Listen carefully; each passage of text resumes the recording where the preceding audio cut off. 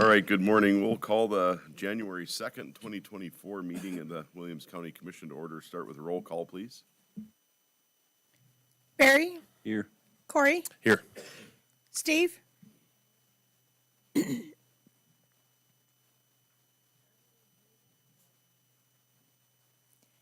Bo, Here. David, Here. We will proceed as we have a quorum. We'll rise for the pledge.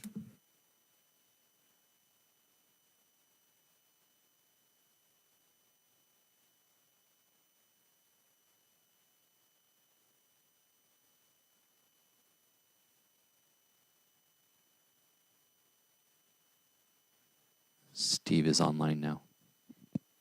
Good morning, Steve. See if we can hear you.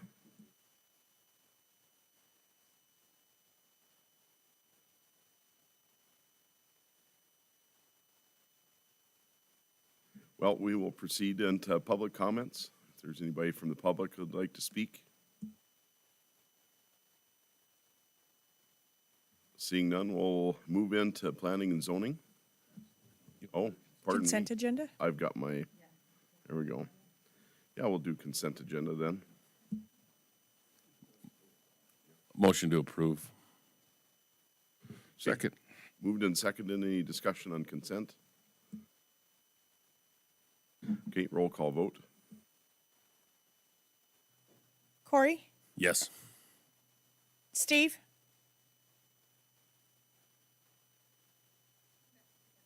okay, Bo, Yes. David, Yes. Steve,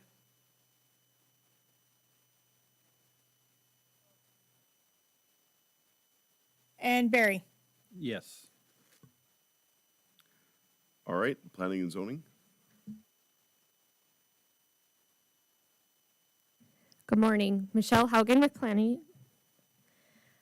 The first item today we have is LU-0069-23, which is Valerie Bam on behalf of Dorvin and Eileen Solberg, Revocable Living Trust. They're requesting a variance for a newly created lot to remain in the agricultural zoning district that does not meet the minimum required acreage.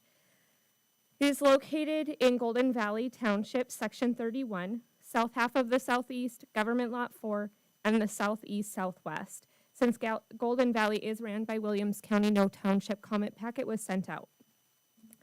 The applicant is requesting a minor subdivision to create 3 lots.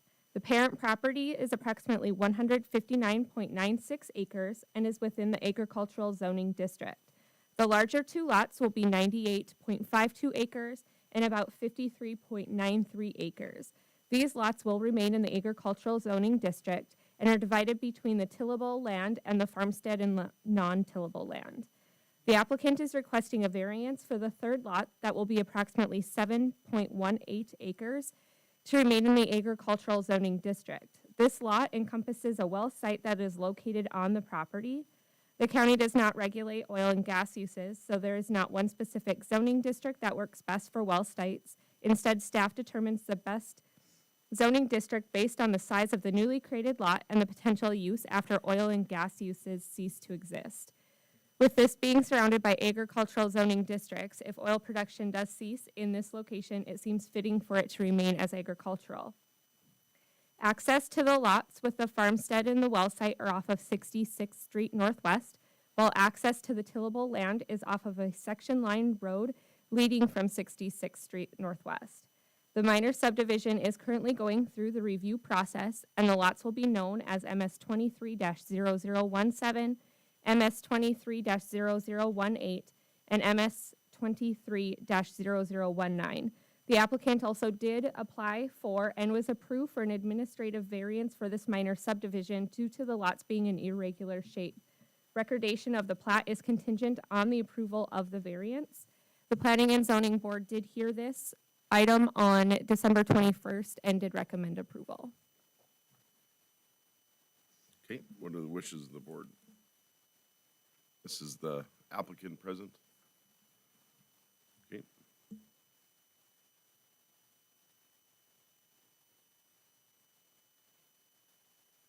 Mr. Chairman, I'll make a motion to approve and follow the recommendations of the planning and zoning decision. there a second? Second. Moved and seconded to approve. Any discussion? Seeing none, roll call vote. Bo, Yes. David, Yes. Barry, Yes. Corey. Yes. So the second item we have today is Jim Wisnick on behalf of Mary Davidson. They're requesting a zone change to urban commercial for a proposed 10-acre lot. The parent property is currently within the agricultural zoning district located in Section 6, the southeast, except the state and deeded parts. It is in Pleasant Valley Township, and they did recommend approval on this one. The applicant is requesting a minor subdivision which will create 2 lots. Parent parcel is approximately 138.52 acres and is currently within that agricultural zoning district. The newly created lots will be approximately 125.96 and 10 acres. The larger lot will remain in the agricultural zoning district, while the applicant is requesting the zone change to urban commercial for the proposed 10-acre lot. Purpose of this 10-acre lot is to carve out a portion to be sold to Farmers Union Oil for expansion of their business. Access to the smaller 10-acre lot is off of North Dakota State Highway 40 through the lot currently owned by Farmers Union Oil, which is the old Shopco building. The larger lot is accessed off of 65th Street Northwest, which is on the south boundary line of the subject property. The minor subdivision is currently going through the review process, and the lots will be known as MS 23-0051 and MS 23-0052. Recordation of this plat will be contingent on the approval of the zone change. This item was also heard on December 21st, and Planning and Zoning Board did recommend approval 8-0. Okay, is this applicant present? All right, thank you. What's wishes of the board? I'd make a motion to follow planning and zoning's recommendation and along with staff comments. Okay, is there a second? Second. And moved and seconded, is there any discussion? Roll call vote. David, Yes. Barry, Yes. Corey, Yes. Bo. Yes. Steve says yes too. We got you, Steve? Yes.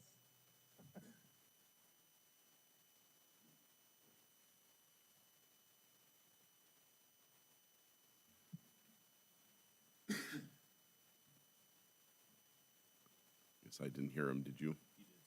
Okay, Oh, I said yes. I yeah, gotcha. so- Can you hear me now? Good morning, Steve, we got you, thanks.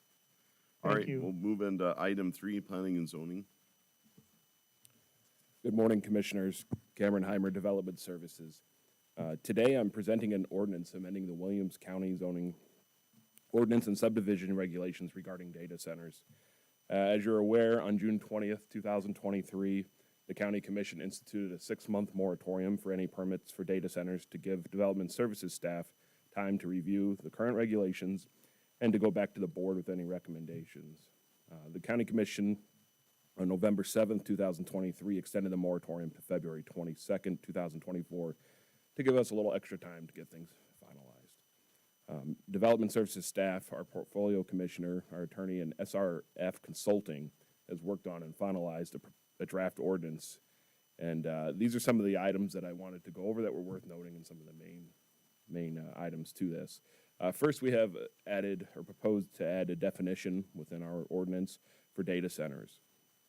And that is defined as a building, structure, complex, or group of buildings and/or structures, facility, or dedicated space within a building, structure, complex, or facility that houses IT infrastructure, including but not limited to computer systems, networks, servers, applications, appliances, services, and other associated components or facilities used for the remote storage, processing, or transmission of digital data associated with those computer systems, networks, servers, applications, appliances, services, and other associated components or facilities. Associated components and facilities may also include air handlers, water cooling and storage facilities, utility substations, and other associated utility infrastructure to support operations. This definition also includes cryptocurrency mining, which involves the use of blockchain technology to verify and secure cryptocurrency transactions, as the term cryptocurrency cryptocurrency mining, blockchain, and blockchain technology are defined by any applicable state law, if no applicable state law, by generally accepted industry standards. That was a lot to take in there, but that kind of covers everything that we would define as a data center. Second would be performance standards. And again, these are just some of the main ones that had stood out that were worth noting. Data centers may only be permitted in the heavy industrial zoning district with a conditional use permit. The application must include a narrative describing the proposed project, including a description of how the project meets market demand, the facility's processing capacity, and the facility's anticipated water and electricity needs. The application must include a study prepared by an acoustical engineer that describes anticipated noise level of the facility and any proposed mitigation efforts such as sound walls, baffles, ventilation silencers, etc. The application must include a map of the project area showing all single-family and multifamily dwellings, schools, churches, synagogues, and other similar religious institutions or structures, and public parks located within 1 mile of the exterior boundaries of the property where the data center will be located.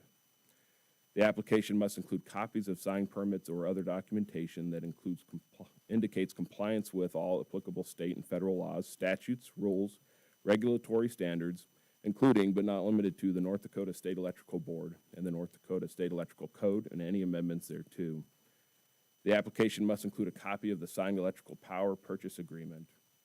Financial security in the form of an irrevocable letter of credit, a surety bond, or cash in escrow for installation, maintenance, and reclamation is required in the amount of 125% of the estimated cost. Third are design standards. Again, these are just some of the more notable ones. Separation from sensitive properties. Data centers shall be set back at least 1 mile from all single-family and multifamily dwellings, schools, churches, synagogues, and other similar religious institutions or structures, and public parks is measured from the nearest property line of any of these sensitive properties to the data center's exterior property lines. Separation from other data centers. New data centers shall be set back at least 3 miles from any lawfully existing data center. Security fencing.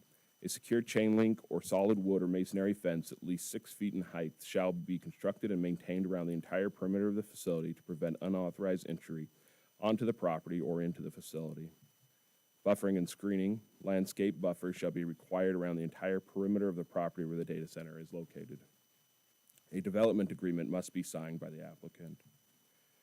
And then fourth, abandonment or seizing operations. Any data center that is not operated for a continuous period of 6 months shall automatically be considered abandoned, and the county may require the property to be reclaimed and restored, and if needed, recover such costs by use of the financial security provided by the applicant, or by lien, or by special assessment, or any other remedy authorized by law, or the development agreement.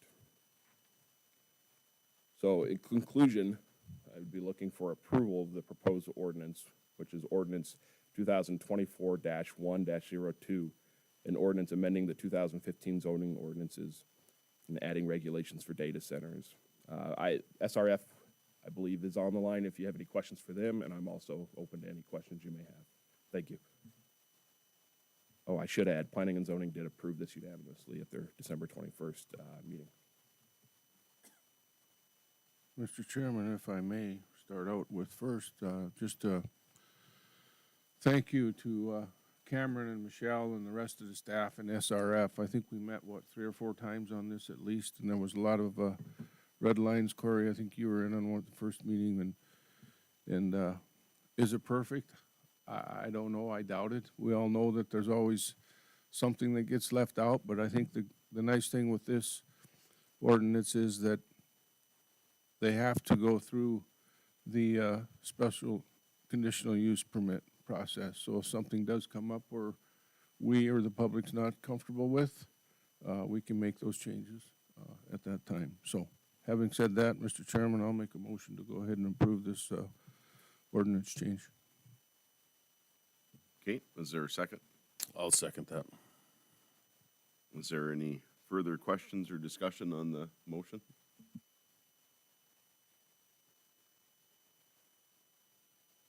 Any other discussion? All right, proceed with roll call vote, please. Barry, Yes. Corey, Yes. Steve, Yes. Bo, Yes. David. Yes.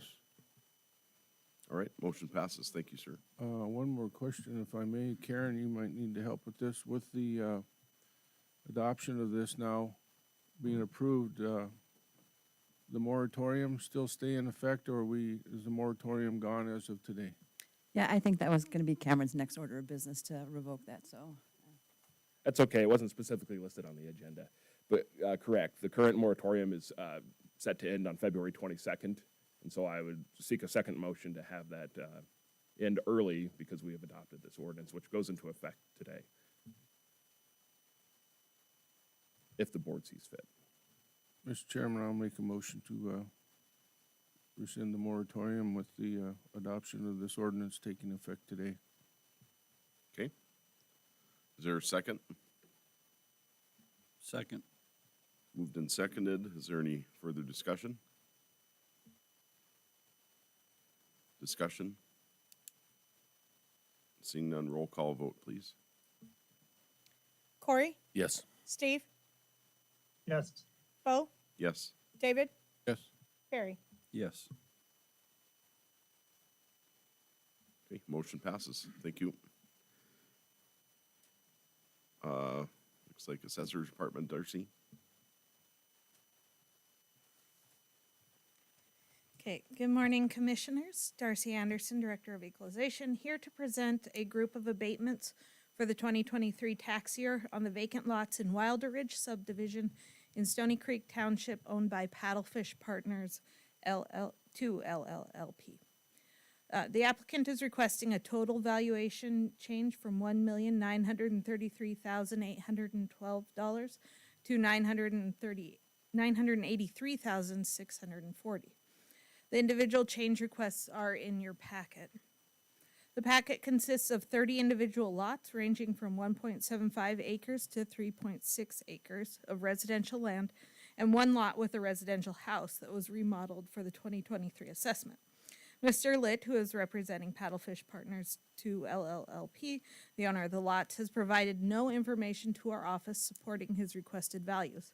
Our valuation is based on analysis of sales within the Wilder Ridge subdivision itself and apportioning part of the sales price to the land, as well as applying a 50% obsolescence discount for being undeveloped in the sense of lacking utilities such as electricity, water, and septic systems.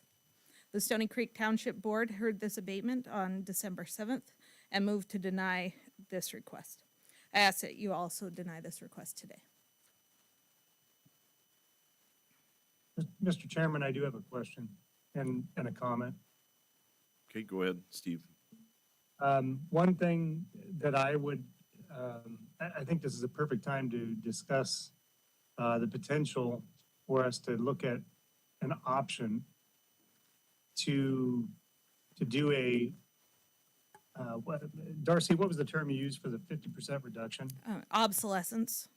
Obsolescence, okay. I would like to look at, or discuss the option of, and whether or not it's legal for 100% reduction because of obsolescence, if developers meet certain needs with regards to development. In this particular development, the owner has paved the roads, put in infrastructure, water, everything's underground, electrical, and the lot's empty, you know, so he hasn't recouped the cost of that development. So it really isn't a lot of skin off of anybody's back, but if, you know, in order to encourage that type of development where they actually pave the roads and do all the infrastructure, I think it would be advantageous for us to consider that if it is legal, to do, unless we're not bound by state statute. But any opinion on that from Karen or Darcy?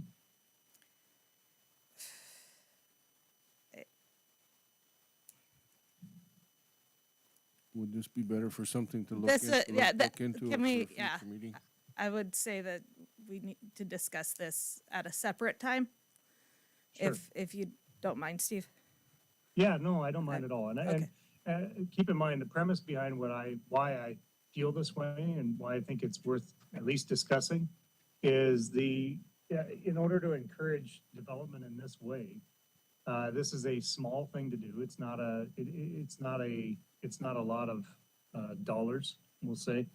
But it might, you know, help encourage, new developers to put up lots and with the understanding that they're gonna have a low tax burden post, development.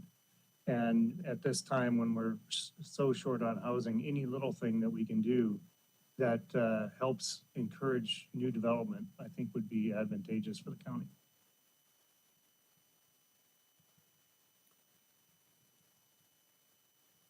Can you, I guess, Steve, probably just summarize all that into, you know, like an email or something, Yeah. send it to Darcy, and then she can investigate, maybe we can, and put it on the agenda for another meeting, is that fair? Yeah, absolutely. Okay, thank you. Any other discussion on the current? I guess we need a motion probably before we get too carried away.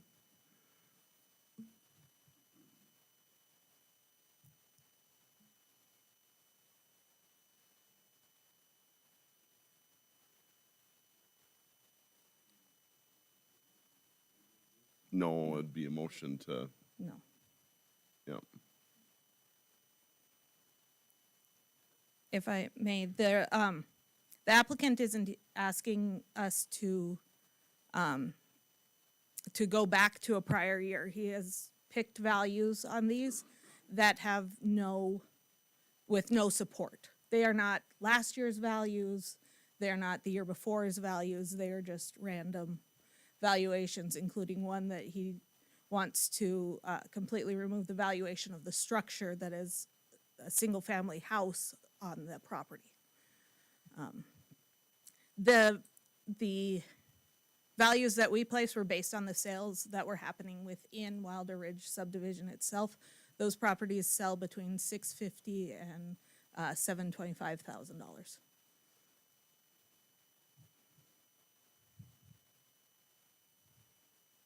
Okay, what's the wishes of the board? I would make a motion to deny the request. Okay, is there a second? Second. Moved and seconded. Any further discussion? Discussion? Seeing none, roll call vote, please. Steve, No,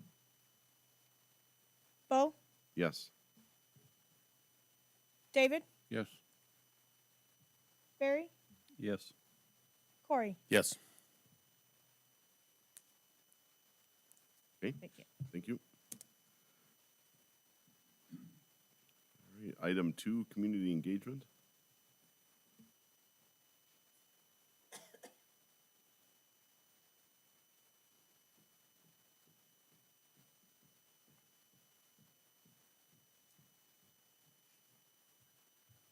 Good morning. I just have one item today. This should actually be probably our last grant extension. There's a lot of flurry of things at the end of the year. Teensy Toes Daycare was a community grant recipient, and they needed a little bit of extra time to be able to get organized prior to expending their grant funds. So they're just seeking a extension till the end of February to be able to expend their grant funds. So seeking a motion for the chairman to sign an amendment once reviewed with legal, if you so approve. I would make a motion to approve the request from Teensy Toes. I just wanted to say Teensy Toes, to be honest It with is you. fun to say. Is there a second? second. Moved and seconded. Any discussion? Anybody else want to say teensy toes? Yeah. Seeing no discussion, roll call vote, please. Bo, Yes. David, Yes. Barry, Yes. Corey, Yes. Steve. Yes, Thank you. All right, looks like we're down to Helen.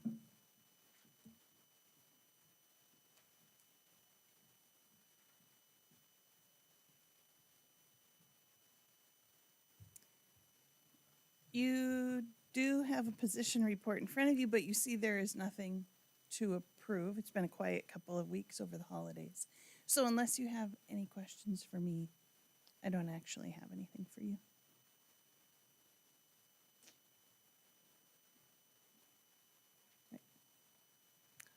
Okay, All right. nothing else? Well, I guess, if there's nothing else for the good of the order, we'll adjourn this meeting. Happy New Year.